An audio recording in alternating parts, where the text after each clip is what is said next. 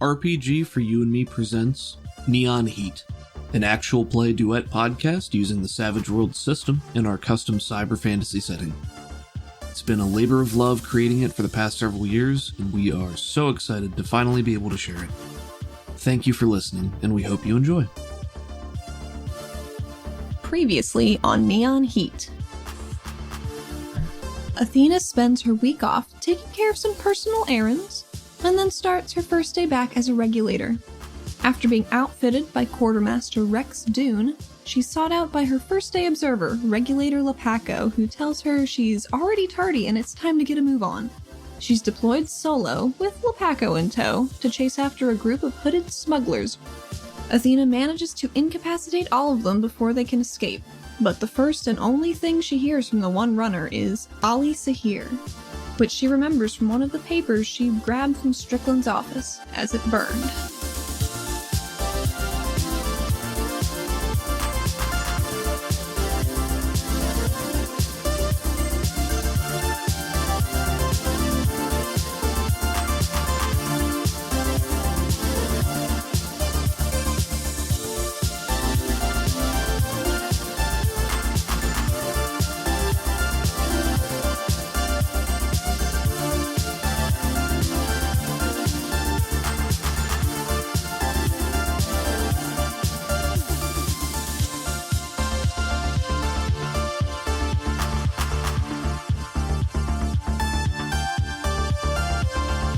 Oh shit! God damn it! That's the thing I need!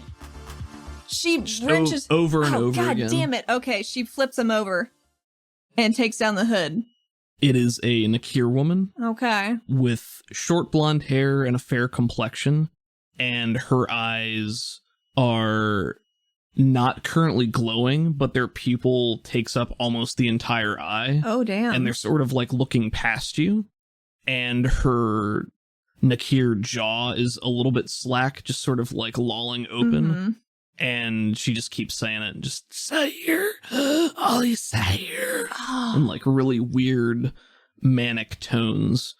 And you flip her over, and she immediately is like, no matter how you move her, she's still trying to move in that same direction. It's like she doesn't even see you there. Right. I guess I take a fistful of her hair. And just shout at her, what does that mean? She just keeps doing it. So it doesn't even register. Okay, well, I roll for it. How about if I would like to cast Entangle, please? Sure.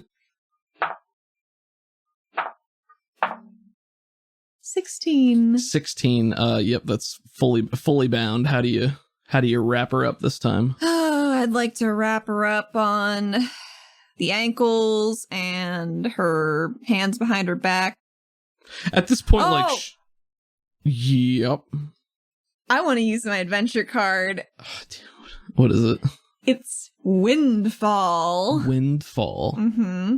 And what does that do? Well, I'm glad you asked. I mean, I can infer some of it based on the name. Solid gold goodness. It's a Jack Sparrow looking motherfucker on it. Play when your hero searches an area for treasure, loots a fallen foe, etc. They find everything that can be found in that location. If rolling on a random table, they get the best possible result. Okay. I would like to search this person, please. Okay, that's fair. Frisking them, making sure they don't have anything dangerous on them. But maybe, Sure. maybe I'll keep a little bit for me. Just for Athena. Oh, greedy monkey.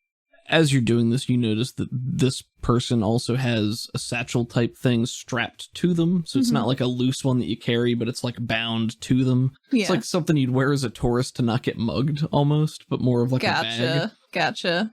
So you're able to easily take that off of them. We can resolve this, that's fine, but I don't know how much time Athena would have before other people are like on scene to like do this. So, I think that depends what Bolt's doing, probably. Yeah, it definitely does. So, for now, you find this satchel. Satchel of stuff. And it looks like she's wearing some real nice boots. They are not only sleek and stylish, but they appear to have metal heels and toes. And there's some kind of mechanism. Like, you can tell some pieces are interlocked and they don't look like normal boots. Can I take her boots? Do you take the boots? I mean, So, I kind of want to now. all right, so something we talked about with the setting, and for the purpose of the fact that this is a game that we're playing, and part of a fun game is getting loot and stuff. I and do it's like not loot, yes. I don't think it's very rewarding to just go to the quartermaster and always be like, give me this loot and have it be available. That's not very interesting. So in Caldonix, because thematically Caldonix is a city that is relatively low on resources and stuff like that, they probably recycle as much as they can. And part of that probably means that when people are guilty and regulators apprehend them in the line of duty, maybe some of their shit is forfeit. Or like the goods on their person can be, I don't know if commandeered is the correct word. I mean, appropriated for regulator use should they deem it necessary. So I think within the confines of Caldonix's legal system, Athena would be entitled to this loot, assuming these people are found guilty of some sort of crime. Excellent. I think she takes a little marker out of one of her belt pockets and writes property of Athena Sedaris. It's got real dark. Just, this bitch mine. I mean, right, she's got to claw her way back up. She's apparently very low on this totem pole now, and her boss hates her. Signs of pure greed and looting. Does he really say that? I don't know. Maybe. Let's see what happens next. Yeah, let's. All right, so you're just gonna otherwise leave her bound here as she struggles fruitlessly against these things that she's not gonna get out of? I mean, I can't. I might be able to carry her. I don't know how much she weigh. She's light. I mean, I could. You're also carrying a bunch of like you can lift her and move her. It might be slower, but you can. Yeah, do it. I'll do that. Let's carry her fireman's back. carrier. All right. As you're carrying them back to the other group, there's a small band of other regulators who have now caught up and are sort of milling about, playing crowd control. One of them is saying to the guy who got shot. The other's making sure that the rest of these people are disarmed and everything's kosher. And as you're milling about and you get some nods from the other regulators, what are you doing with the one that's bound? Are you putting them all together? Or? Yep, just plopping her in the pile. All right, and she is raving and just, keeps doing that. And you can now hear that like the rest of these people are doing the same thing. So they're all it's just a lot of, oh, he's here. Where's the nearest regulator that isn't Bolt? They're kind of standing nearby. Like they're right in the same area as you. Bolt is about to arrive, but isn't here yet. I'd like to go over to somebody competent and say, what are they talking about? Is that a thing I missed? Or do you guys know anything? And this person has their helmet on, but they shrug and they say, I have no idea. Cool. So they're just rambling there on the scuffle dust. Yeah, on the scuffle dust.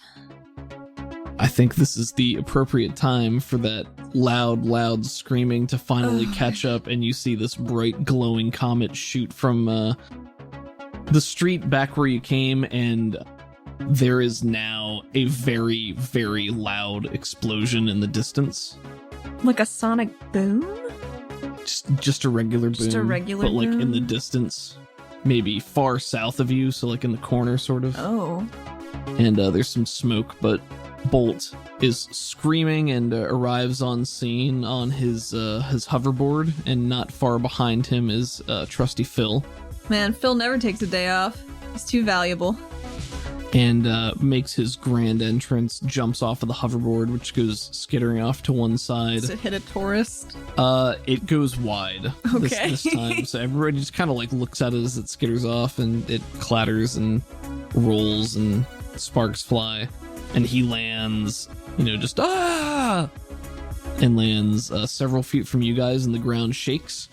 And he leans, gets back up, and hands go to hips, and he's looking around with his chest puffed out. And there's a pretty sizable crowd of people looking on from everywhere, and there's a lot of happy chatter, and people go, oh yeah, it's popular. Pointing at him, cameras come out, there's a lot more flashing, and he himself has this glow about him. This corona of light, as he smiles and looks around and does his best modest face as he's smiling and offers him, hey, how you doing? And looks to you guys first, sees the guys in the ground. He says, "Ah, I see you've assisted me in apprehending these suspects." Yeah, man. Just doing the work, just doing the job. Happy to have you here. Happy to have such reliable regulators to help me play cleanup crew for the less important duties. Athena is swallowing everything, all of the vitriol from the past half an hour, just into her core where it festers as a mental illness. And I think Lepaco flutters down, and he's still in the air? He's still in the air. And he comes down, and he says, "Oh, Mr. Bulick, it's so nice to see you." Of course he loves him. And he looks up and he says, yes, and you as well, my fine friend." And then turns back to the rest of you. He looks around and he says, "Well, this is my bust, so I suppose I'll be taking these prisoners with me and be on my way. And you can all get back to your regularly scheduled duties." I didn't take the boots! But I did write in them. You don't live on the surface for 7 years and not become quick. Fighting over scraps in the Olara streets. I wrote in those boots. All right, so as all of this is happening, of course, Phil hops off and has his camera and just does some wide sweeping. He focuses a lot on the crowd. He gets a lot of these crowd shots of them like pointing at him and looking all happy, and then he gets one of, Bolt standing over where you guys. He frames it in such a way that Bolt is blocking all of you from the picture, and it's just him next to these people. That's how Athena's happiest these days, just staying out of sight.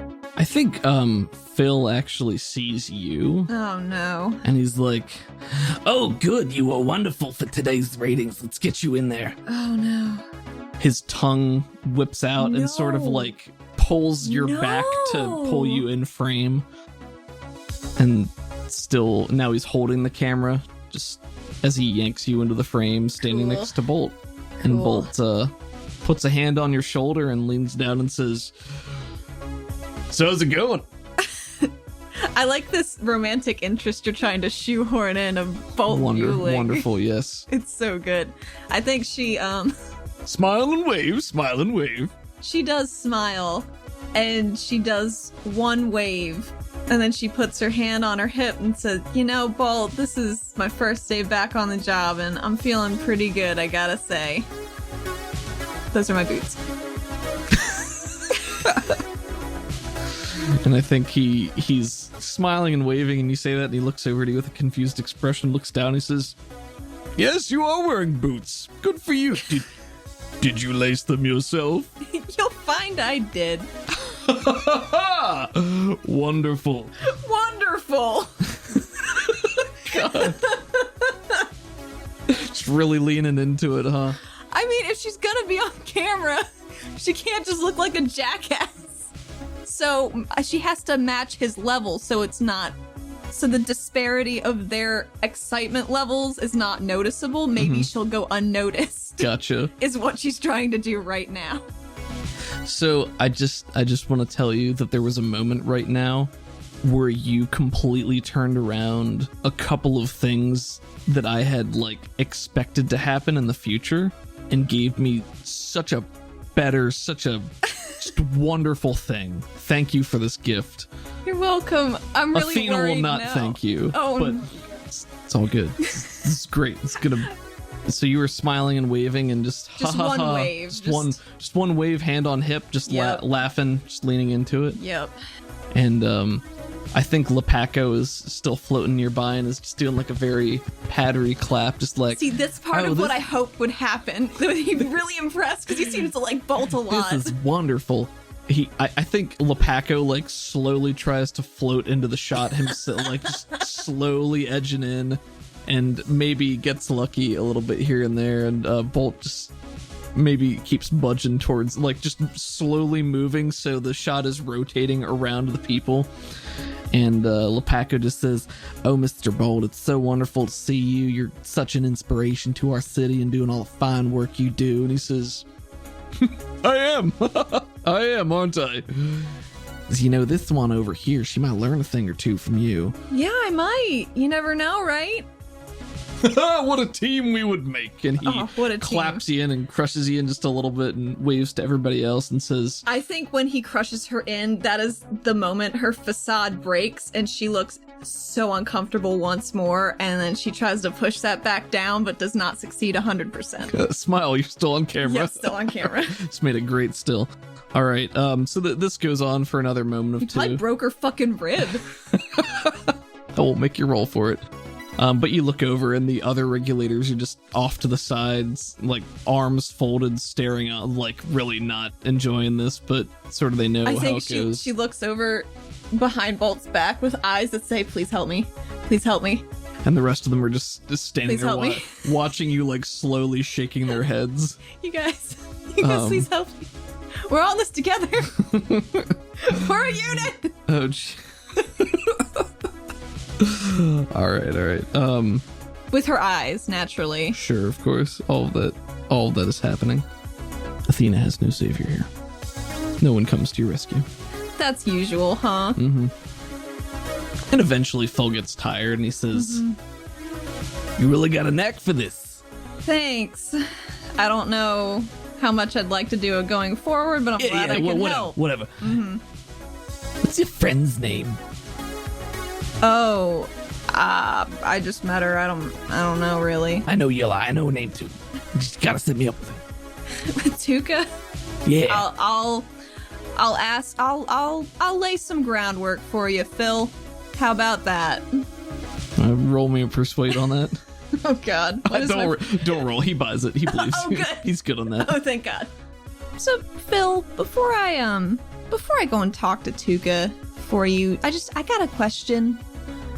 What do you like about her? Why are you hounding my new friend? Just tell me something good. I mean, she's an interesting person. She's quite a looker. I like her feathers. She's fiery and she's fierce, and she's a person of interest. What's not to like? You know, Phil, all things considered, that answer could have been a lot worse. So I think I'll give her a shout for you. That's what I like to hear. I mean, I got your business card and everything. Very official. If I maybe do mention something to Tuca that, you were very helpful tonight with stuff, would you mind maybe putting a favorable word in about my dad's restaurant? Escargot, fine Caldonics cuisine. Oh. I guess I could do that. I've heard of that place. Yeah? And he looks at you and looks around and says, I heard it ain't very good. Well, I think you'll find that he probably heard about the place across the street because it's garbage. Tell you, the Mobius Strip. I love that place. Oh, God damn it, Phil. He probably wouldn't like Escargot, but I would appreciate it. Tell you what. You put in that good word for me. Mm-hmm. Maybe you get me a dinner on the house, and I'll come and do a taste test, and maybe we can work something out. Oh, how about dinner for two? Oh, fuck. All right, Phil. We'll see. Oh, God. His circular eyes resting on top of his head sink down just a little bit, and his lids close, and he looks a little smug. All right, well, you got my card. I do have your card. I'll set something up. Don't worry about it. And he begins to waddle away, looking very pleased with himself. God, I hope Tuca's cool about this shit. The legend of Phil Nutter lives on. It continues. Phil Nutter's gonna be the big bad. I know it. It's when I don't get on this date to make him crazy.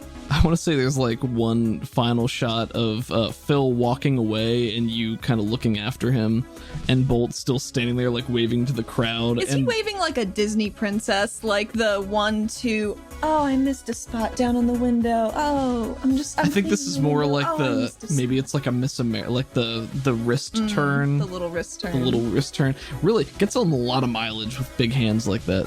in the background, there's maybe just the smoke from in the distance from that building. And the building that I assume is maybe blown up. Maybe, and people are like starting to notice that, and he turns around and he sees it and goes, huh, and leans down to you and says, "Oh, what a mess, huh?"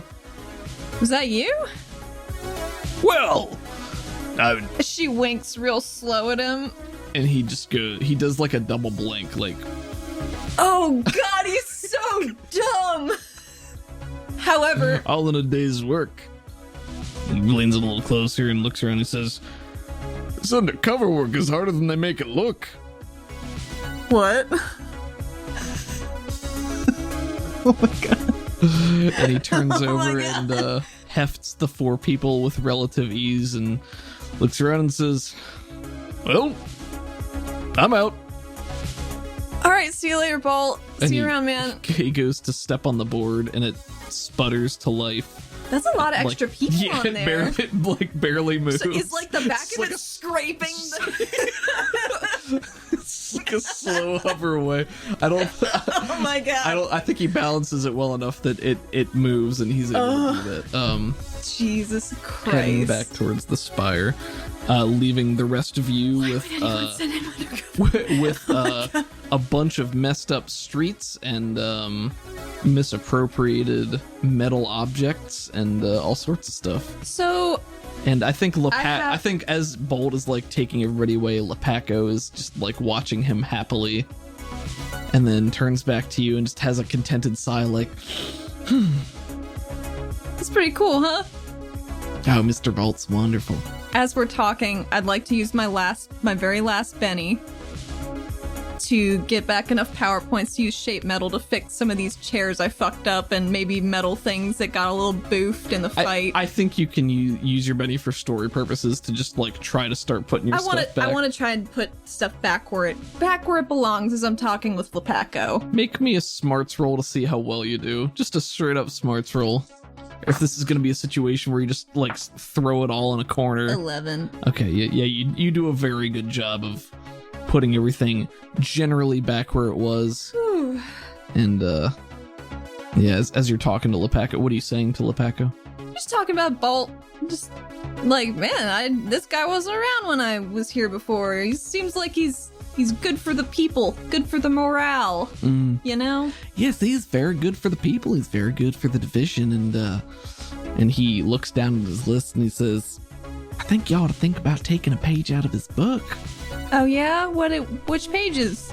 Oh, I don't know. Any of them? All of them? Whew. Miss Sedaris. Sorry, Regulator Sedaris.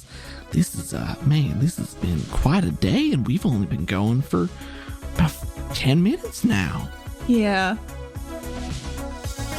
But we got everybody. Fixed up most of the scene that I'm able to with my proclivities, you know. Fixed up most of them. We got tardy, idle chatter, questioning the validity of a superior officer's orders and or assignment, gossiping, rumor mongering, property damage, reckless use of powers, failure to apprehend suspect. Well, I guess that one's taken care of now.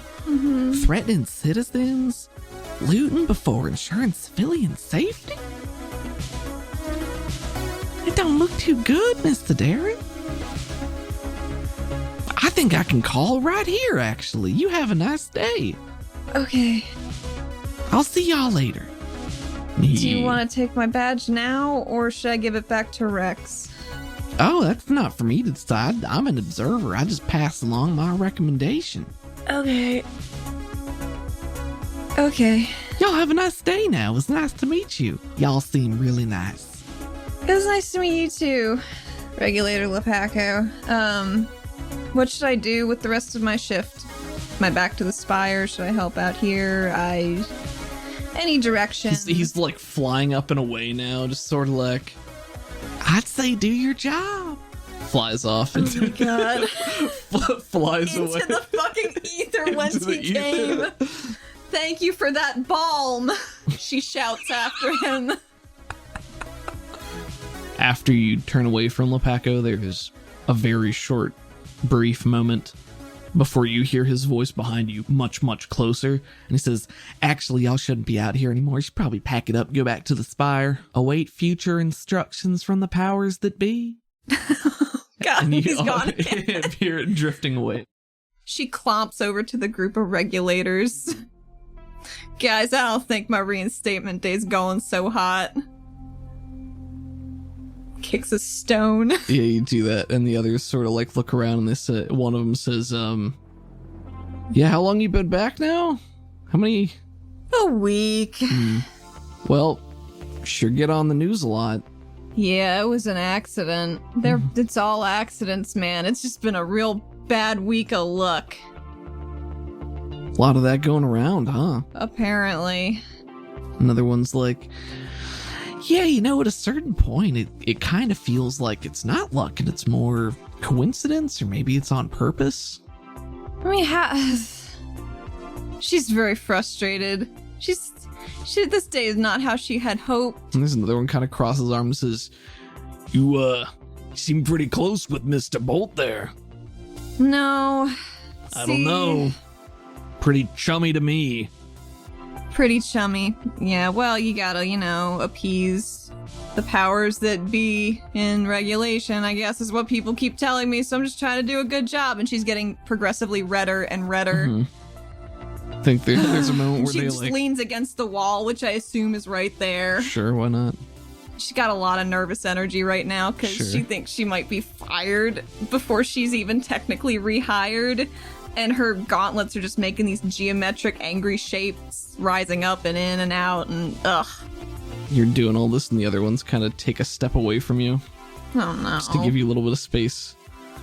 And the other one says, yeah, I'm gonna go back to my job. Mm-hmm. And the other ones are sort of like,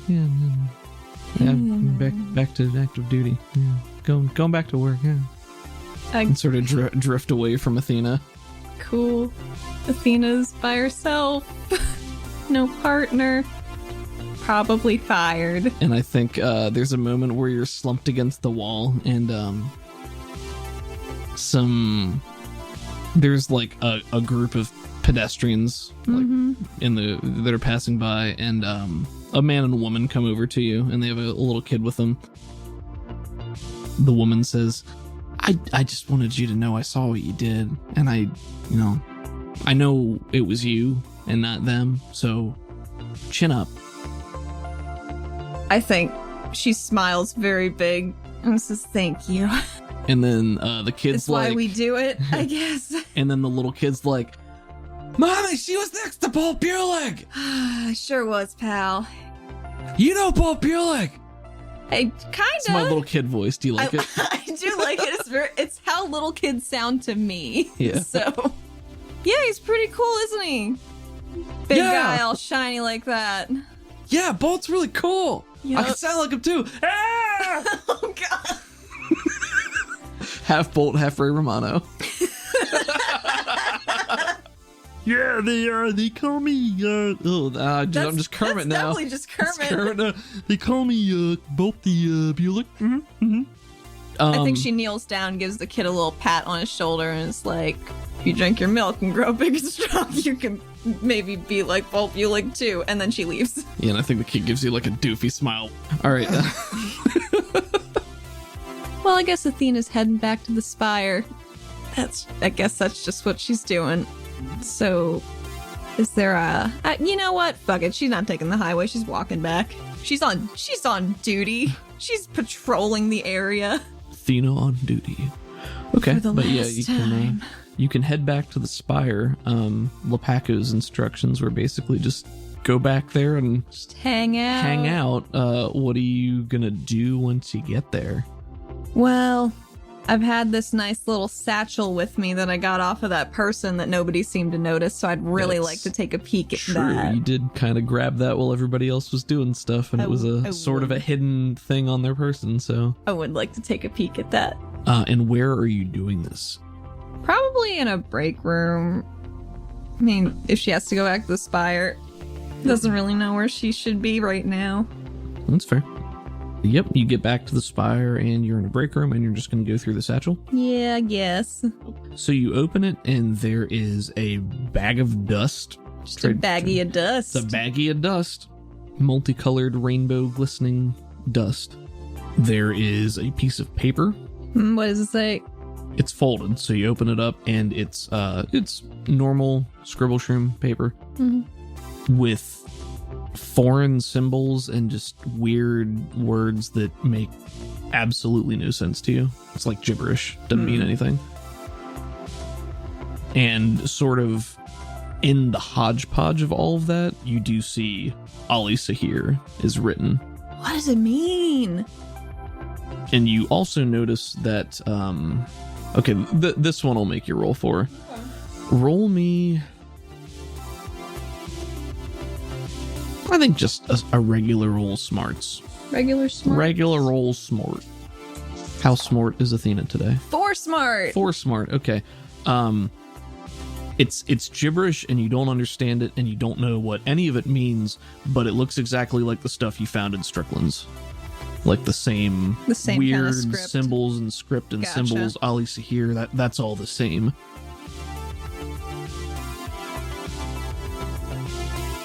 And there is a separate little piece of paper that you pull out. It's like a note card, a note card size thing. And there is an address. Oh, what's the address? It's it's sort of like coordinates. And it appears to be by the waterfront. Maybe on where the they western were edge. running. Maybe where they were running. Who knows? But yeah, there's an address. Gotcha. And that's it. Bag of dust. Cryptic note with Ali Sahir written. And a smaller note card with an address. She keeps the coordinates up in her noodle, but she puts it back in the bag. But she keeps the dust. No. No. Athena has a new profession as a drug dealer. Even the regulators. Regulate this. If she's gonna be fired anyway, if you can't beat them, join them. Can't beat them, snort them. So she keeps the paper with the squiggles and the Ali Sahir on it. She keeps that. Okay. But she puts everything back in the bag, and then she takes the bag to be processed as contraband. Okay. All right. Wherever that would be. Yeah, well, there is I don't think it would be down in the contraband room. There's probably like drop areas. I mean, the spire is the main place in the city. Yeah, and I think throughout the spire, there's probably a couple of places that you can drop things off, but one central processing area that you just take it and they ask you to fill out a little incident report just saying, where did you get this? What happened? Gotcha. I tap it and I'm like, there's scuffle dust in here, so be careful when you're opening it. And they nod to you and take it away. Do you just, what information do you give? Do you just say what happened? Yeah. Like nothing embellishing, just that? All right. Nope, just that. All right, so you kept the note but left the address. Yeah. Okay. Just want to make sure. Yeah, but perhaps I've written it down on the other note. I just don't want them to get that. No, I got you. Understood. Yeah. Okay. And you are summoned downstairs. Mm-hmm. How far downstairs? To the main lobby. I think I think you get a page from Rebexi or something like that who asks you to come down. And Rebexi summons you down to the lobby at the end of your shift, and she says, "Oh, regulators, there's how was your first day back?" Well, Rebexi, I'm a little worried I might not be a regulator tomorrow. And she puts on the most positive expression that she can and says, "Oh, well, I'm sure that's not specifically the case." Oh, wait till you see the news tomorrow. Oh, well, you've been summoned for a special meeting. It's a mandatory meeting. It's in about 2 hours in the proctor's office. Oh, good. She requested your presence. Okay. Do you think I should get this badge shined before I give it back to her? I think you shouldn't give up on what you want so easily. That's fair. I'm sure it'll be fine. Mm-hmm. And she smiles, but Maybe not in her eyes. Mm-hmm. Shall I mark you as in attendance? Yeah. Okay. I was just gonna go home, but I'll stick around for 2 hours. Sure I can think of something. I'm sure you could. Rebexy, is Dr. Naveen around today? Oh, let me look. And she taps at her keyboard. Clack, clack, Clack, clack, clack, clack, clack, clack. I should probably ask her if she got that plant. I ensured she did. Thank you. I don't know if she liked it. Well, it's probably a hard read on that. I wouldn't know. I'm not very good with plants. I'm not either. She smiles. In her eyes, at least. And yeah. I think she leans on her cheeks. I feel like her fists are balled up as she's leaning on the desk. Just yes, it appears that she is still in house, so to speak. I trust you know the way. I think more or less I can probably get myself there. Would you like me to tell her that you're on your way? Yeah. Maybe that'd be better. Very well. Okay, well, thanks. I'll go do that. You're welcome. Goodbye. All right, bye. And she leaves. She's gone. And she's, I trust, going to see Roja. Okay, yeah. So, all right. So you go the same way that Tuka had led you, the week prior, down the corridor off to the side. Bunch more corridors. Corridor central, and you're outside, and you don't hear the same ruckus that you did last time. Okay. I'm just heading on in. I would like to hold my breath first. Athena remembered, because it smelled very bad. Mm-hmm. So she doesn't want to do that again. Okay. You walk through the same menagerie of plants, giant mushrooms, scribble shrooms that create paper, and plants and veggies hanging from the wall, vines all over the place. A lot of things glow with bioluminescence. Beautiful. And you make your way down, and Roja is seated at one of her tables, scribbling in a notebook. And of course, Naveen Roja is Yara with the rich sepia skin, the round cheekbones, the long steel-colored hair with streaks and shades of green, always in her lab coat, with her extra set of vine-like limbs that protrude from her back, and 3 fingers. 2 fingers and a thumb. Is Iva around? Is she alone? Iva's not here. She's alone. Okay. Athena clears her throat and is like, hey, Roja. She continues writing for a moment before putting her writing utensil down and clasping her hands and looking up, and she says, well, good evening. To what do I owe this distinct honor? I was just wondering if you got the plant that I sent. I know it's kind of hard for me to gauge if you got it, because there are a lot of plants in here. I thought you might like it, but I don't really know. It was a thoughtful expression, and she points off to one side, and you do see the pot. It's like on a shelf of tons of other plants, but it's alive. It appears to be. Oh, that's sitting good. there. She hasn't killed it out of spite. No, it was a very thoughtful attempt at a practical gift. Thank you. Yeah, you're welcome. I just wanted to say thank you for helping me out the other night and for apparently taking care of Pavi this whole time.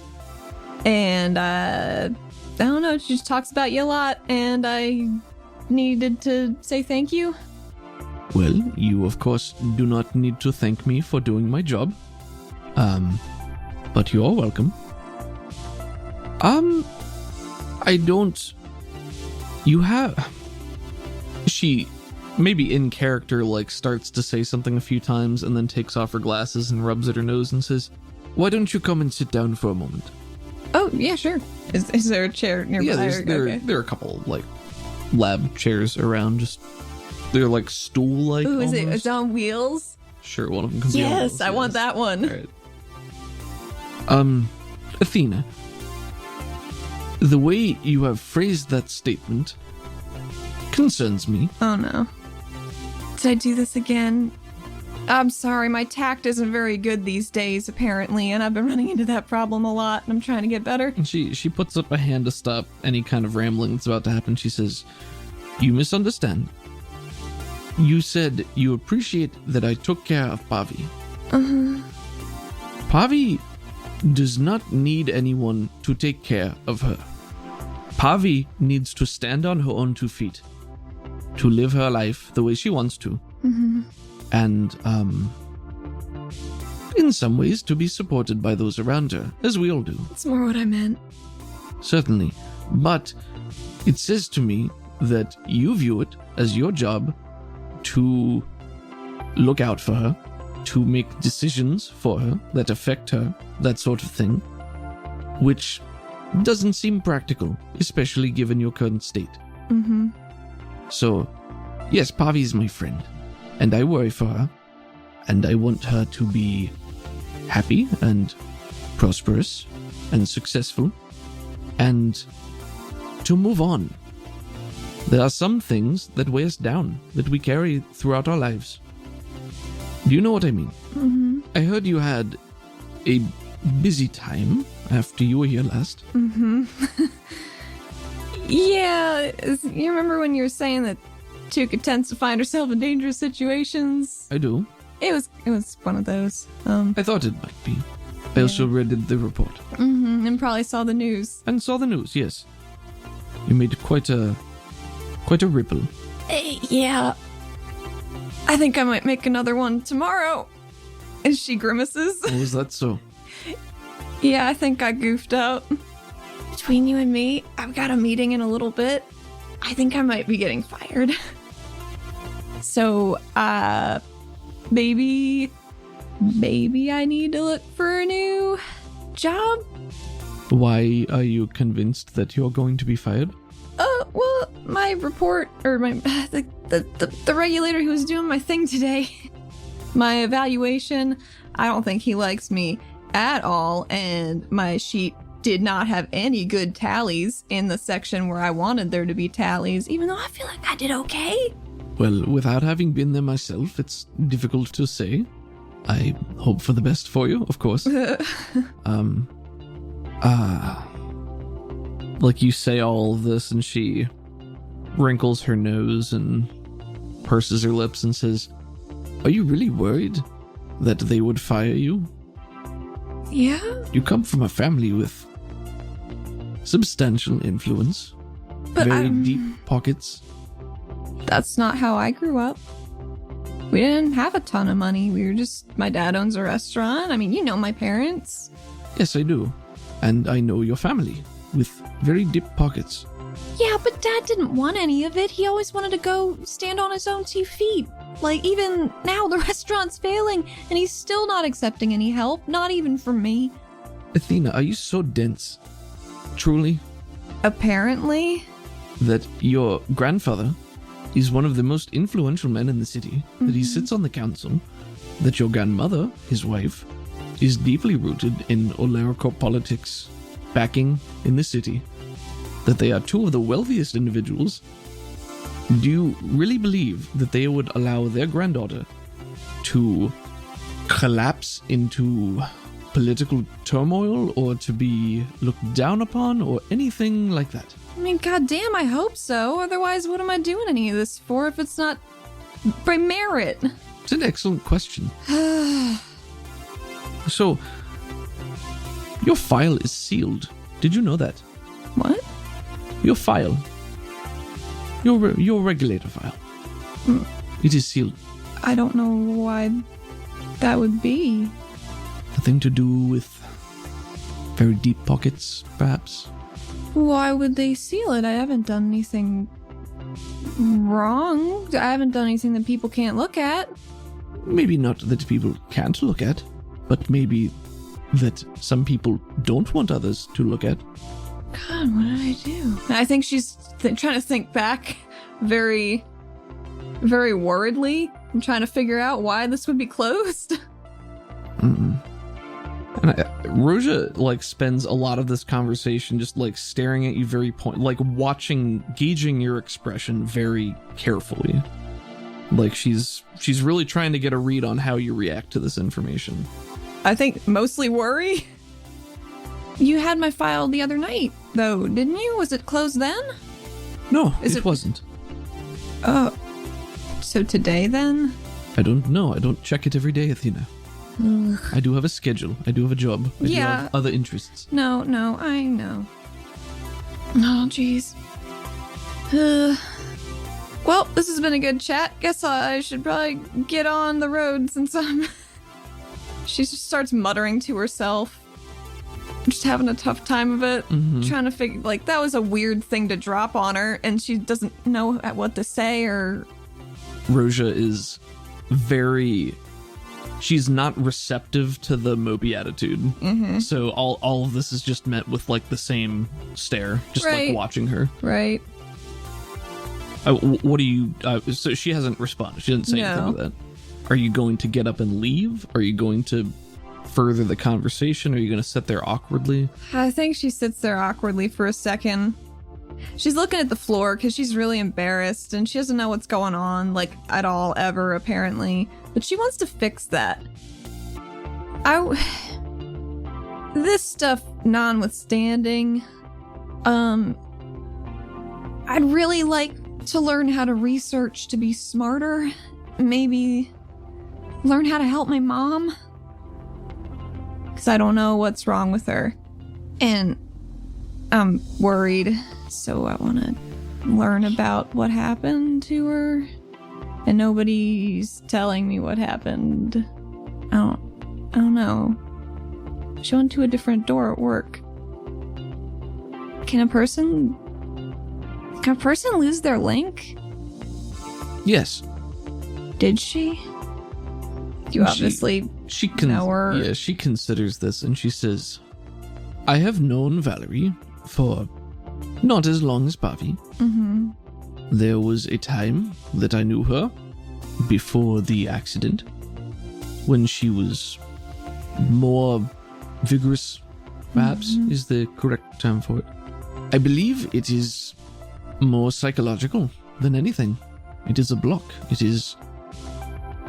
Your mother lost nearly everything, Athena. Her daughter disappeared into nothingness. Her parents both gone in one fell swoop. She does not have a close relationship with her in-laws. She does not have any other children, no other siblings. She has a husband with a struggling, failing business. And she has a profession which is located in the same place where her parents were killed. Yeah. So, is it any wonder that she finds herself lost and alone and scared, perhaps? Without direction? Without purpose? No. There you are. But it is not something you can fix for her. It is something that she must dig deep to find the purpose herself. You can help her in that way. You can be there as her daughter. You can help her live, help her find happiness, help her perhaps let go of that. Beyond that, it is difficult to say. She has never wanted to have any kind of examinations or counseling or anything beyond that. She exists. She's a kind woman. And I hope she will get better. But I can only offer my help to her, and it is up to her to say yes. Her posture most of this time has been more defensive, crossed arms, crossed legs, that sort of thing. She's sort of like tolerating your presence here. Right, because she doesn't really like me at all. Not especially right now. Yeah. Athena, I don't know how many will speak plainly and bluntly to you. I would like it if you did. Well, good, because I'm going to. Cool. She mentally buckles in. All right. I can see that family is important to you, which I respect. I don't know what hole Pavi dragged you out of. I don't know how you found yourself there. I don't believe that you were kidnapped from the city. I think it's more likely that you went to the surface to find adventure and fun and whatever it is you got up to. I don't know if you were destitute, if you needed money, if you fell into a trap, if you were addled. I don't care. But I don't know where Pavi pulled you out of. And now you're back here, trying to slip back into the same life. And I'm sure that must have been hard. and difficult. But you still have perhaps your grandfather. Perhaps he pulled your file, the shame of having a granddaughter run away and embarrass you. I don't know. I know none of these things. But I do know what the upper class looks like. I do know how they view people, even family.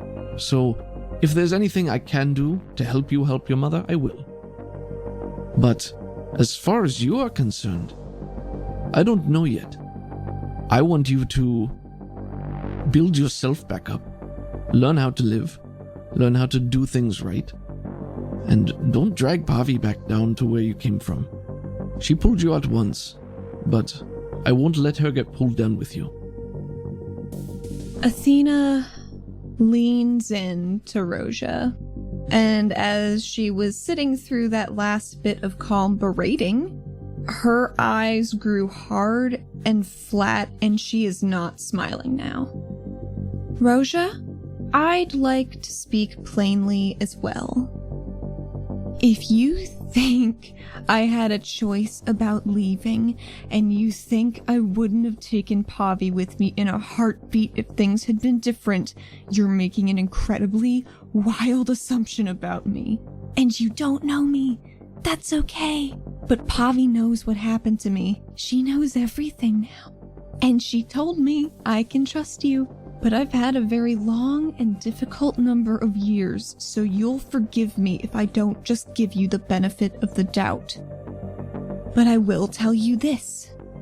Everything I did was to protect Pavi and my family, to make sure they didn't get disappeared in the night, to make sure they were safe. And I know Pavi never needs me to make a decision for her. You've misinterpreted our relationship. I need Pavi so much more than she will ever need me. She's my best friend and I love her like a sister, and she's been my compass my whole life, and she is so much stronger than I am. And she came for me. She came for me, and if she didn't, I don't know when I would have come back, because I was scared. I know she doesn't need taken care of, but apparently I destroyed her for years.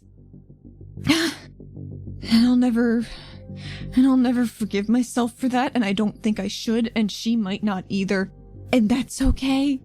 So my gratitude earlier, that was for you being there to help her through the disaster my absence caused, not for taking care of her, for caring about her, showing her kindness when she needed it, for picking up the slack like she did with my parents.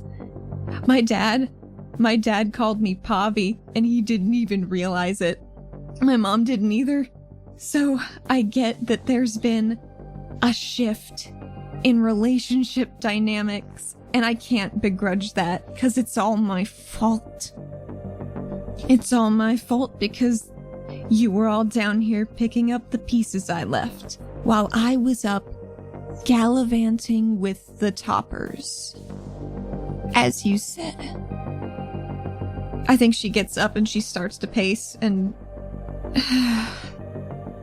everyone since I came back has this colored perception of me that I left to go be with Joel, and that's not true. It's not what happened. So to have everyone have this smug little look on their face when I come back, and the other half of folks just treat me like I'm some dumb idiot, some fucking moron who got kidnapped. I've only met one new person since I came back. There's only been one person who hasn't talked down to me or treated me like I'm an idiot. And she's in a rough spot too, and I just want to help her. Ugh. What would you do? Athena is just all of her anger and vitriol from the past day and hurt and confusion over the past week is just pouring out at this poor woman who, if the roles had been swapped, Athena would be doing the same thing. She'd be very skeptical of this bitch who came back after 7 years, causing nothing but harm and destruction in her wake, so she gets it. So Roja sits and listens as you go off on your tirade. Her expression is mostly passive and gives nothing away, but there are moments where that facade cracks and there are mixtures of confusion, some irritation, maybe anger, and concern that cross over her face. And after you finish, she sits in silence for probably a long period of time, just processing what you've told her. And lets you continue pacing before she speaks again. Oh, she's been doing nothing but pacing. I figured. So, you were not kidnapped? Maybe we could talk about this somewhere else. You know? Maybe this isn't the best place. She quirks an eyebrow at that. You accuse me of making assumptions, and you're right. I am. Because that's what I have to work with. That's what the information tells me. Why do you not want to speak here? I mean, you seem pretty smart. I think you could pick up context clues, maybe, from along the breadcrumbs. So maybe if you want to come over later, I doubt I'll be doing anything. And she, takes another pause to process what you're saying, and you, similar to Silas, I think, she sits there and you can watch her eyes sort of move around the room as she's thinking, and she pushes herself to her feet and moves over to one of her work desks and leans on it, looking down at the papers as she's speaking to you, and she says, I understand that you don't trust me, which is fine. Fair enough. I do not trust you either. You have given me every reason to doubt you and your actions. There are holes, inconsistencies, both in your behavior and this story that you've concocted and spread. It doesn't take an inquisitor to see that.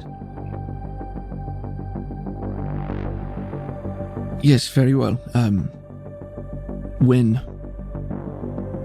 I mean, I'll just be at home whenever you're free. I assume you know how to get there. She looks up at you and says, I think I can find my way. Is Pavi going to be there? Probably. And she nods at that and says, very well. I will come by. Cool. Well, I'm gonna go to the records room and find out why the fuck my file's closed. So if you want to come, feel free, but that's where I'm going. Still got a little time before my meeting. She squints at the clock on the wall. What would the purpose of me coming with you be? Oh, you seemed curious. I don't know. I'm not saying no, I just wanted to understand your reasoning. I don't know. Maybe there isn't much reason to it. You know? I suppose. I mean, seems analogous to most of the situation thus far. Here's the thing. If we're gonna tell you some stuff later, you might as well have the full picture of whatever the fuck's gonna happen, because I don't know what's gonna happen. I don't know. And this is pertaining to the records room. Who's to say? I think she takes off her glasses and rubs at her nose again and says, this seems needlessly complicated. Yeah. And I think just sort of like at a loss and just like this conversation, I don't understand this conversation, what's happening, just sort of waves a hand and says, fine, yes, I suppose. All right, lead cool. on. I guess Athena does. But we're going to the stairs. I'm making her walk for it.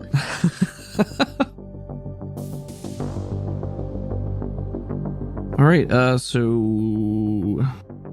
Roja will follow you to the records room, and you say you're taking the stairs. Absolutely. All right, I want to say there's partially because she just doesn't want to be in an elevator right now, partially to annoy Roja, maybe. I want to say there's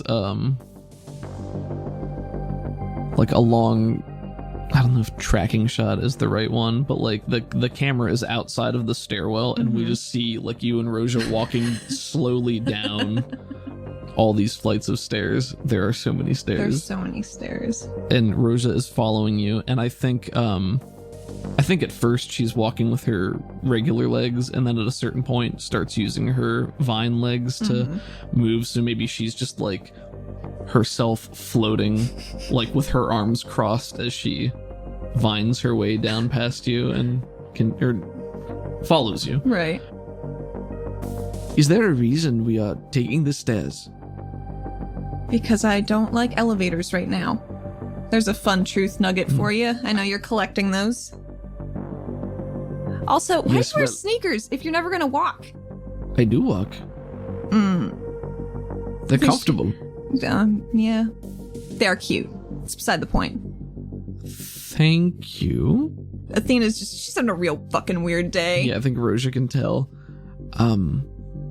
So, your aversion to elevators, does that also factor into this mysterious circumstance we find ourselves in? Yes. Really? Yeah? Like, this is just... she wasn't actually expecting the answer to that. This is quite a puzzle, Sedaris. I'm missing a few pieces myself. That is obvious. Well, all right. How far are we down? Flash forward. All right, well, you guys eventually make it into the bowels of the spire where the records room is located. In the records room, I mean, it's basically like a big old storage library with filing cabinets and shit because, mushroom paper, biodegradable, all that good stuff. So it's preserved well. Yeah, that's good. And it's extensive. I mean, the regulators have only existed for about 50 or so years, I think is what we settled on. Some amount. So it hasn't been there for like the entire span of Caldonic's history. But this is probably one of the safest places in the entire city in terms of like keeping stuff away from harm. So maybe it also serves as like an information jail. Maybe that's basically what it is. Maybe there's another part of the spire that's like a vault for items and stuff, but I don't think that would be in the same place. So probably not. All right, so you get to the records room, and much like when you met Rex Dune, there's a front counter with a side door that allows you to go inside, but you have to be buzzed in because it's secure and confidential. And there is an older woman sitting behind the counter, and she's shorter, plump, with big blocky framed glasses and graying and white hair. And she looks over to you as you're walking with Roja and adjusts her glasses and waits for you to approach. I do approach. Good afternoon, sweetie. What can I do for you today? Oh, just looking for a couple files. Okay. What files are you looking for? Mine. Your files. I want to say this is you probably know Gail. Like, I feel probably. Like she's a fixture. Yeah, I would assume so. And she adjusts her glasses and leans in a little bit and says, "Is that little Deirdre?" It is. Oh, sweetie, how are you? I didn't even know you were back. I just got back pretty much. This is my first day back. How you doing, Gail? Oh, well, And she kind of flutters her hands around. It's always a gas down here. Oh, don't I know it. So, where have you been? It's been a long time. I tell her I got kidnapped, I guess. Okay. Oh, that's terrible. Yeah. Oh, but you're back now, and that's what matters. Yeah, that's kind of how I'm looking at it, too. Well, it's important to have a positive outlook. Good for you, sweetie. Thanks, Gail. And Roja is behind you, just like... I bet she hates this. Oh, yeah, her arms are crossed. She's regretting being here, probably. Oh, so you're looking for your file? Yeah, I just wanted to look at some stuff from before, just as a refresher. Oh, okay. And she slowly moves over to her computer and clicks a couple times and says, oh, well, it looks like your file's sealed right now. What does that mean? And she looks over at you and pushes her glasses up and says, it means your file is sealed, sweetie. You're not... It's closed. Not open for business. I mean, Gail, what are the chances it was just sealed when I was gone? Because I was gone for so long. Isn't there any way for, little Deirdre, you can help me out? Please. It's been kind of a rough day, you know? Maybe next time I bring you those chocolates you like. All right, go ahead and roll persuade. +2. +2? If you're gonna bring her chocolates. Yeah. She likes that. God damn. No, +2, it's a 4. Okay. I'm good. All right.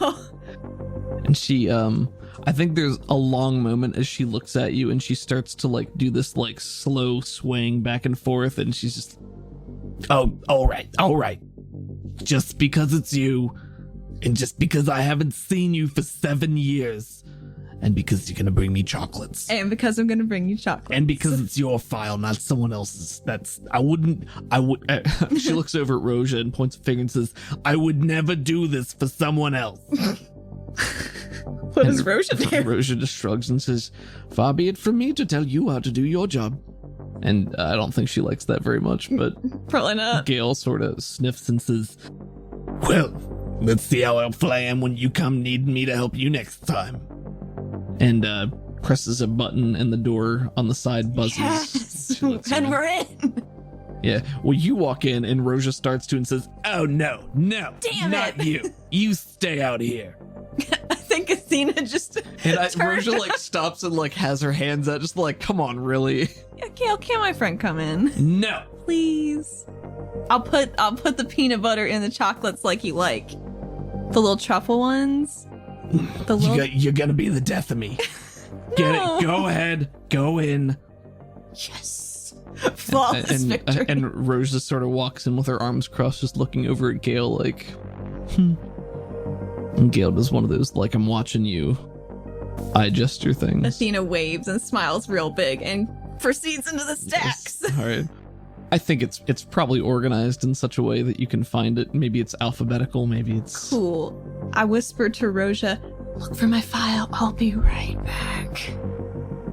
What? Don't worry about it. I'll be right back. And I'm going to look for Harlan Troya. Okay. Are you trying to give Roja the slip? Not at all. Okay. I just need to... she's not going to, like, let you just go off and do something different. She's going to follow you. God damn it. Fine. You're not going to drag me in here to use me as a patsy and whatever the heck. You're not a patsy. I want to know why my file's closed. Yes, but this is not the way to your file. T and S are pretty close together. What is T? Don't worry about it. You'll find out later. She looks visibly distressed right now and is like hanging out at the end of the... Poor distressed nerd. Yeah, just like wringing her hands. Like, what are you doing? I have to do this. All right, so you're looking for Harlan Troya? Yes. Okay. Because I don't want to have whatever bad things Thalask is going to do to me if I don't figure this shit out. It's going to do naughty things Real bad if I do that. Oh, God. No. She's going to fuck up my whole goddamn life. Yep. She's definitely got enough ammunition to do that. She sure does. It's really bad. Oh, man, you don't even know. Oh, no. All right. Fuck. Okay, so you do find a file on Harlan Troya. Who is this person? all of these files, I think, are like your bog standard manila file folder type things. Mm-hmm. So you pull it out. The file, it's pretty light. It's not extensive. You open it and there is a picture. Looks like it's taken from a distance of a man, a very large, burly, meaty looking man. probably Vel, based on his pupils. He has a shaved head and very dull gray eyes and just sort of a sour expression on his face. And it's like a one-page report, and the information it gives you is he's a person of interest, and he is an employee of the Golden Lotus. He's a pit boss that is suspected of many illegal acts, notably violent crimes and smuggling. And there's like a bit more vague information, but nothing super useful aside from that. Okay. Those are like the key nuggets of info. Those are some good info nuggets. I hope it's enough. But that's all that's in here. Gotcha. Okay, well, I guess I close that back up. All right, and Roja is still standing at the end. Or actually, I think she's come closer when she sees you actually pull a file folder out and she sees it. Harlan Troya? What is this? Why have you come for this? It's a little hard to talk about right here, right now, but... And you say that, and I think her eyes narrow and then widen, and she sort of like looks... like goes to look over her shoulder as though somebody's standing behind her, and then kind of catches herself and... Well, you never know. I don't like this. No, me either. And yet here you are. Yeah, here I am. Put that back. I do. Do you even need to see your file? Well, I would like to still, yes. I would like to go see my file, please. All right, she'll follow you. I think as I'm looking for the right alphabet stack, now that I'm thinking about the casino again, do you know what happened with Pavi and my aunt? My dad didn't want to talk about it, and I thought it would be kind of tactless to ask Pavi because she seemed very upset about it. So you say that, and she's been following you pretty closely, and you hear her footsteps slow for a moment and then pick back up, and she says, for now, Pavi got herself into a bit of trouble involving the Golden Lotus. It happened years ago and is no longer an issue. But it is not something that we typically bring up. That's why I didn't want to ask her. If she has not told you, it is not my place to. But... Is it why she went off active duty? You guys are still just like walking. Yeah, I'm just looking for files. No, this was more of a byproduct of that entire situation. Okay. Let us say that, are you familiar with the term rock bottom? Yep. So, more kin to that. Oh, Pavi. Athena, do you know an arrow by the name of Anji? I don't think so. Roja nods like that's the answer that she was expecting. Well, I hope that stays that way. Oh. Okay. Yeah. And she's sort of like exhausting herself in this conversation. Don't mention it to Pavi. I won't. Maybe you could fill me in some more some other time. Maybe. I mean, it's kind of quid pro quo with little info nuggets today, huh? Yes, well, that is... I don't even know. Is that how it normally is? It's been like that for a while for me. It's very frustrating. Can be. Have I found my file yet? Yeah, I think you get there and you're able to find it alphabetically, and you pull the manila folder out and you flip it open and it is completely empty. It's just gone? There's nothing here. I mean, the folder's here, but there's nothing in it. And Roja is looming over your shoulder and says, "That is unorthodox." It's all gone. Yes, it is. Why is it all gone? Well... Who took it? And she, I think, takes her glasses off and buffs them on her shirt a little bit and says, "Well, I already gave you my input earlier." I know. But Unorthodox, not surprising. But troubling. You should report this. See, here's the thing. I don't know who I'd report that to, because if they know I'm looking for my file, they might get suspicious. And then... Suspicious of what? A lot of things, apparently. My file's gone. I don't know what they know. I don't know what you know. I don't know what I know. Well, you probably know what you know. She smiles, but it hurts. Yeah. I don't know. This is such... Well... You might ask your grandfather. I do need to pay him a visit. Well, he's a very busy man. Mm-hmm. So I keep being reminded. She didn't have anything for that. I think she takes a few steps away and says, well, do you have any other subterfuge to complete while we're here? No, I think that was mainly it. Good. You go first. I will. And she does. Alright, yeah, she'll follow you back up to the entrance where Gale is, and Gale turns and says, so how was it? Everything you wanted it to be? More or less what I expected. Well, you keep that between us. I will, don't worry. And she looks over to Roja and she says, you were never here and this never happened. Gale's a pro. She's the best. And Roja shrugs and says, well, I'm not the one who let me in, so I don't have anything to fear. And leaves it at that. And Gale just goes, huh. I don't even know what that sound means. Goes and sits down. And you look over, maybe she's doing some Sudoku or something. Well, what time do you think you'll be over? If you want me to be there at a specific time, I will be. I was just wondering, I was gonna order in food. What do you like? What do you eat? Why don't you order whatever you want, and I'll treat this as an experiment. Okay, I hope you're not disappointed with my taste as well. Well, if I am, then I've learned one more thing. Yeah, that's fair. Okay, well, thanks for going on this little adventure with me. Yes. I'll see you later. Thank you for implicating me. Well, when you say it like that, it doesn't sound as fun. Well, it's not.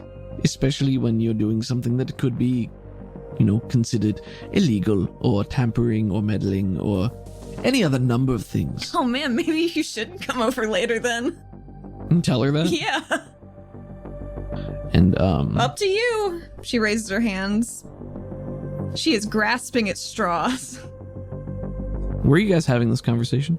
I assumed in the stairwell. Okay. As we were walking back up. Okay, yeah, so this is happening. Roja stops walking as you guys are going up the stairwell, and she says, is that a joke? I mean, it was supposed to be. I think you say that, and you're ahead of her on the stairs, and there's this, weird unraveling sound as her legs push out, and she pulls herself up the stairwell ahead of you and, puts herself in your path. Oh. Raises herself up in the air, looming over you, and comes down, right next to your face, and she says, I have already warned you that if you are going to drag Pavi back into this hole you've dug for yourself, I will not allow that to happen. And she puts a finger in your face, and she says... In my face? Right in your, she's inches away from you right now, and she says, I'm going to come over tonight, and you'd better have some satisfactory answers. Make sure Pavi's there. I'm sick of this. These double talk. These mind games you play. These lies that you've built up. I'm not going to allow you to hurt my friend for stupid reasons, or to drag her back down. And you have made that abundantly clear. I don't think I have. I am a threat to you, if I want to be. And that's why you're coming over tonight. I'd really like to just fill you in on everything, so if you decide to turn me in, you got all the info. And you say this, and she stares hard at you, and her eyes are that burning emerald, and she hoists herself back a little bit. And I think before she says anything, Athena would like to add, if you decide to do that, make sure Pavi's not involved. Just let it be me. She's going up the stairs, like using her extra set of legs now just to get out faster, and she says, "Don't tempt me." And I think she's just like pulling herself up the stair, like instead of going up the stairs. That's kind of what I figured. It's very cool. Yeah, she's just going up. And she's gone. She's gone. And I think Athena's first thought is, what do I order? Wonderful. Yeah. That's such a good reaction. Yeah. I'll give you a Benny for that.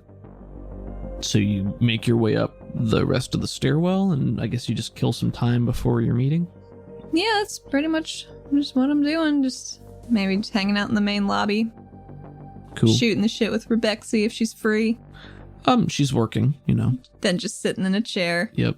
You're on the news every so often. Excellent. Face Is it from up. Today? I don't think it's been long enough. Oh, good. From today. You know what? You probably wouldn't be on very often. That was like a week ago, so maybe it pops up like one time. We're just on rotation. All right. And when it's time, you go to the meeting. Guess I'm going down that fucking elevator. You can get back in that spooky elevator and ride it down to the correct floor and make your way to the proctor's office. And the doors are closed, but you're right on time. Knock, knock. And there is the same response you got last time, which is enter. And she does. All right.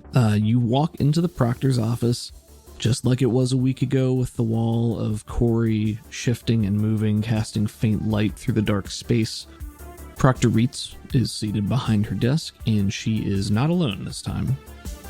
Two other figures crowd her desk, and as you take steps deeper into the room, you note that one is Oculus Vaz. Okay. Tired looking as he ever is, with his glasses and salt and pepper hair, I guess. That's not really salt and pepper, is it? I think salt and pepper is like flex. His piano hair. His domino hair. Domino. There you go. Domino. And the other is facing away from you and turns around, and it is a formidable, muscled Yara woman with milky, washed-out skin smattered with patches of red and pink, older than average for someone in regulation, and has the scars and wrinkles to prove it. She has raven black hair, red pupils, and a matching set of glowing red Yara eyes, and a claw-like scar crosses her face almost in a mirror of Athena's. She has bulky, mantis-like legs that hoist her into the air, and she stands with arms crossed behind her back, sword dangling at her side, staring down at you with an imperious gaze. And you are staring into the face of Delegate Talina Rasmus, head of Caldonix's Pacification Division. The only other living soul you know for sure was present at Jolshin's murder. Athena is wasting no time. She is casting empathy as quickly as possible. Okay. Oh my god. Athena thinks she's gonna be murdered right now by all three of them at once. 3 for 1. 6. Ooh, 6 is a success. Okay. So as you stand and watch Delegate Rasmus, she is high above you. Not, I mean, you're walking towards her. So she's tall even without her legs. She's tall even without the legs, but the legs have sort of hoisted her and turned, and she's still kind of up in the air looking down at you. Her aura is, I don't know, maybe like a gray, like a bored gray. And I think when she turns to see you, it's, there's a flash of something else, maybe like an orange, that just sort of ripples through momentarily and then passes. But as you watch, there is the same cloudy aura that you have seen in several others so far. Fuck. It's like a cloudy ripple that shifts through the aura at odd intervals. Does it make it a different color? It's more of a texture. Like, the colors are remaining the same, but you can see it moving through like a wave around the aura. Like, there's no pattern to it. It just sort of moves and shifts and changes the aura and the way that it's moving. Okay. Athena's very worried. I am shaking right now a little bit. I'm really, Allie, very nervous. Oh, good. Now we can get on with it. Hurry it up, Sedaris. I'm there.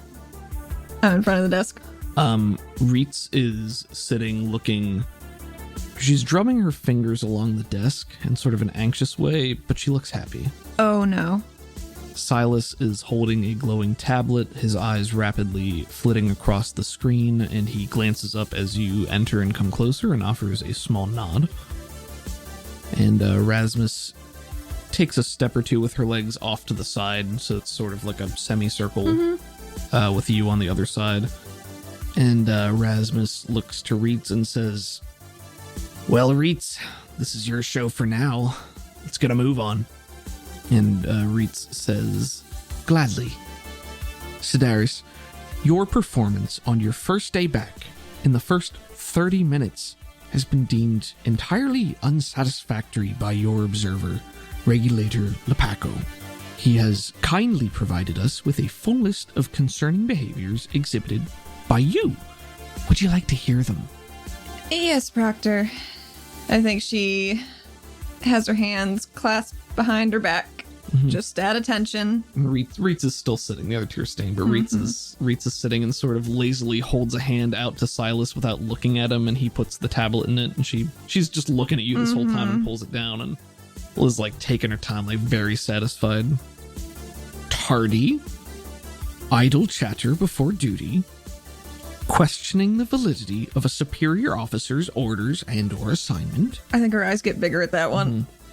"Gossiping and rumor mongering, property damage, reckless use of powers, failure to apprehend suspect, threatening citizens, looting before ensuring civilian safety." This is quite a list. It is quite a list, isn't it? And what do you have to say about that? Well, I'd have to say that some of those are maybe not how I interpreted my actions as I was doing them. However, I'm not the person doing the report, so my opinion doesn't matter very much, does it, Proctor? You have a very low opinion of yourself. And, how do you believe you can reach a satisfactory standard moving forward? Moving forward? Answer the question, Miss Sedaris. Because, as it is, I'm afraid I can't justify keeping you on in regulation as a standard officer. I mean, I'm... First day back, I'm sure I just have to get back into that flow.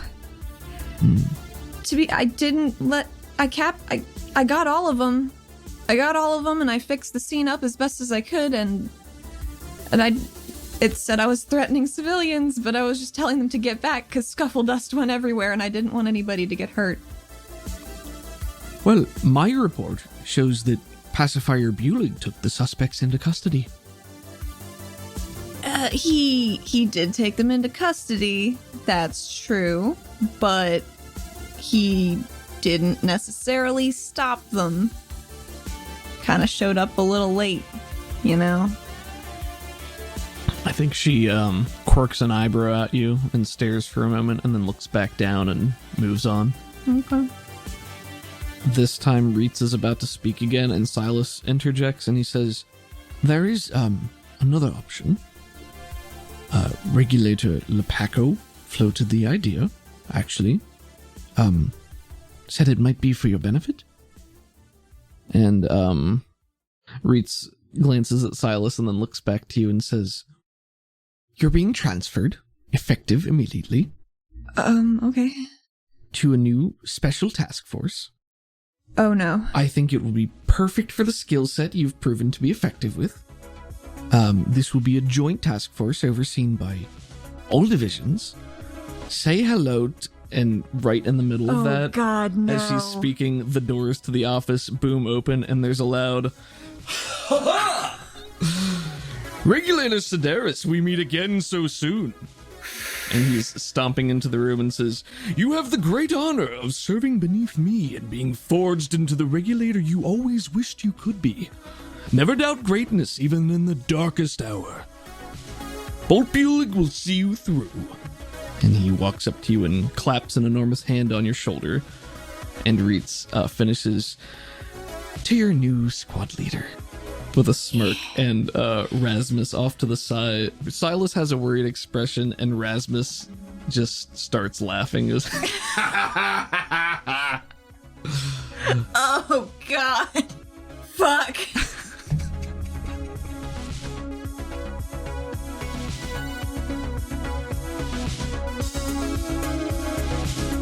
Thank you for listening to this episode of Neon Heat. Savage Worlds is owned by the Pinnacle Entertainment Group. You can find them and their products online at peginc.com.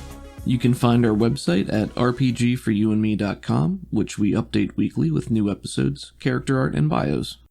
All music used is created and performed by Crockett. We are so grateful to them for letting us feature their work with permission. You can find them online at crockett.bandcamp.com and on Twitter at Crockett80s.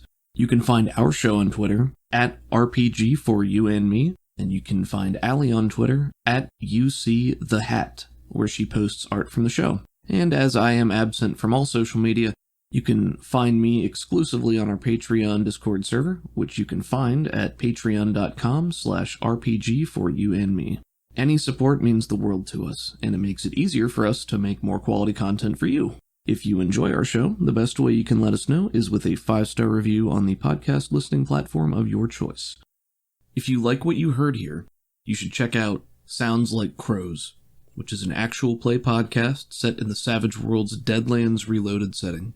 It's a story about 5 brothers on a quest for revenge in the supernatural Wild West, and it encouraged us to get moving on our own production. The cast is outstanding, and the audio and editing quality is cinematic and top-notch. Caleb Sunstead, the marshal and showrunner, is extremely talented and dedicated. Thank you so much for listening. It means the world to us, and we'll see you next week.